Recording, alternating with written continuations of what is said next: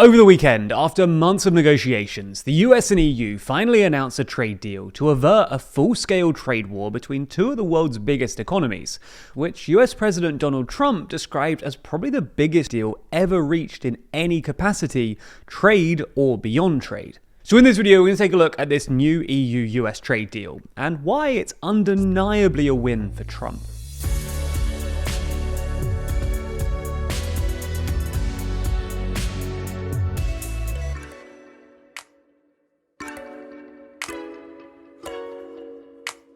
Is America and the American world order on the decline? Well, in the latest issue of our magazine, we discuss our thoughts on America, the state of a US democracy, the economy, migration, and if they can hold off a rising China. Grab a copy today to find out what we really think, and if we're watching the end of the American order. Pre-order by clicking the link in the description.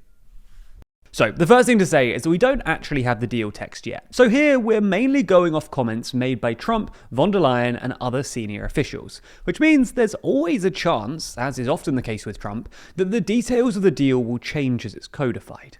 Nonetheless, with that caveat out of the way, the main bit of this new deal seems to be that Trump has agreed to a flat tariff rate of 15% for all EU exports to the US, with the exemption of EU steel and aluminium exports, which, like the rest of the world, will face a 50% tariff unless the two sides can negotiate some sort of quota system.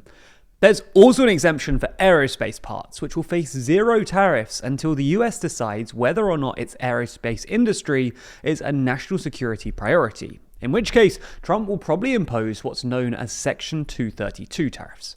Now, of course, a 15% flat tariff isn't great, and it will still make it harder for European businesses to export to the US, which remains one of the EU's largest export markets.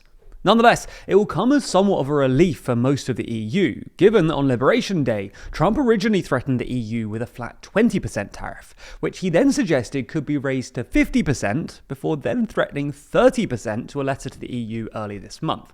So how did the EU convince Trump, who has made it abundantly clear that he doesn't like the EU, to draw down his tariffs?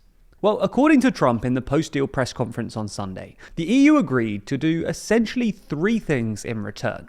First, Trump claimed during last week's press conference that the EU had agreed to put zero tariffs on US imports coming into the EU, although we didn't get any further specifics. Either way, this isn't all that big a concession, given that the EU didn't really have too many tariffs on the US in the first place. According to the World Trade Organization, the EU's trade-weighted average tariff rate is currently 2.4%, one of the lowest in the world. Secondly, the EU apparently agreed to buy a whole load of American stuff. At last weekend's press conference, Trump claimed that the EU would purchase $750 billion in American energy products and, quote, vast amounts of military equipment, with von der Leyen later explaining that America would essentially replace Russia as the EU's main hydrocarbon supplier, with purchases of $250 billion per year for the rest of Trump's term. In many ways, this is quite a similar deal to the one that the EU struck with Trump in his first term, when Jean-Claude Juncker avoided a full-scale trade war by promising to buy billions of dollars worth of American liquefied natural gas and agricultural products, like soybeans. Third, the EU has apparently agreed to, quote, invest $600 billion into the US, although it's not entirely clear what this means. During the press conference, Trump said that the $600 billion were, quote, additional and more than they're already investing. And there have been reports since that this money will be specifically directed into strategic sectors. But it's still very unclear what all of this actually means. For what it's worth, there was something similarly confusing in the Japan deal. After announcing earlier this month that the US and Japan had agreed to a trade deal, Trump claimed that in exchange for a reduced 15% tariff rate, identical to what the EU ended up with, Japan had agreed to invest $550 billion in US strategic sectors, like semiconductors, shipbuilding, and critical minerals, and seemed to imply that Japan would just hand over this $550 billion to Trump to invest it however he liked. In a post on Truth Social, for instance, Trump claimed that Japan will invest, at my direction, $550 billion into the United States, which will receive 90% of the profits, before then claiming that Japan had actually just agreed to give the US 90% of $550 billion, and more. Japan, however, has interpreted the deal rather differently. Japan's top chief negotiator told Bloomberg on Monday that the $550 billion investment framework combines investments, loans, and loan guarantees provided by financial institutions backed by the Japanese government. Furthermore, he sees the $550 billion figure, which would represent about 14% of Japan's GDP, as a ceiling and not a requirement, and said that only 1 or 2% of this money would actually be directly invested by Japan into the US, with most of it coming in the form of loans or loan guarantees to companies in those sectors. You get the idea. In exchange for a lower tariff rate than the one that Trump has threatened since Liberation Day, but still a higher one than the EU had beforehand, the EU has agreed to reduce any pre-existing tariffs on the US by hundreds of billions of dollars of American hydrocarbons and military equipment, and invest hundreds of billions more in strategic US industries. This is undeniably a win for Trump, who still gets to impose some pretty massive tariffs on the EU.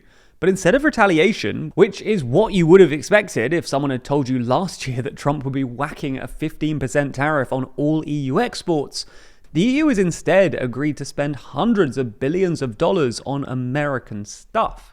Perhaps most significantly, the EU has apparently agreed to spend massive amounts on American military equipment, which makes it very likely that the dramatic increases in defense spending promised by European NATO members and required to meet the new 5% target will go straight to American arms manufacturers. This is also a vindication of Trump's basic theory that deficit countries, i.e. the US, have all of the power in trade negotiations, because the surplus country, in this case the EU, relies on the deficit country's market to buy their stuff. While von der Leyen and the EU might argue that this is a win for Europe, insofar as it avoids a full-scale trade war, this deal clearly leaves the EU worse off than it was a few months ago, and makes the European Union look somewhat feeble. There's also the risk that this episode, and Trump's successful pressure campaign to get NATO to spend more on defense, will lead Trump to conclude that he can bully Europe into doing whatever he wants, inviting further pressure in the future. And if you want to know more about this topic, then there's plenty of other outlets reporting on it too. Unfortunately though, every news source has its bias, and no matter how hard each of us try, we'll inevitably miss a story, or worse, only hear half of the story in the first place. And that's where our sponsor Ground News comes in. Ground News is a website and app that collects thousands of articles to help you better understand the world around you, pulling back the curtain on media bias. For example, this story about the US-EU trade deal has been covered by more than 140 sources. We know that 23 of these have been reported from the left, while 21% have come from outlets on the right. Every story also comes with a detailed view of the bias distribution, factuality scores, and even specific ownership information. But my favourite part of the app and website is the aptly named blind spot feed. It presents you with stories and articles that haven't been reported on one side of the aisle or the other. For instance, if you lean left, you might have missed this story about Trump pushing for judges to be confirmed before the Senate takes its summer break. When it comes to blind spots, it's not just about discovering different stories though. It's also about discovering just how political bias frames the stories themselves. Having a tool that helps you to spot this and helps you take action is a real game changer. It's no secret that here at TLDR News, we're constantly thankful for Ground News. It's such an incredibly useful platform that captures information that you just can't get anywhere else, and keeps you informed in a media landscape that's constantly trying to attract your attention and sway you towards or away from certain political viewpoints. If you're interested in everything that Ground News has to offer, you can get 40% off their unlimited access Vantage plan by using the link in the description, or by scanning the QR code on screen.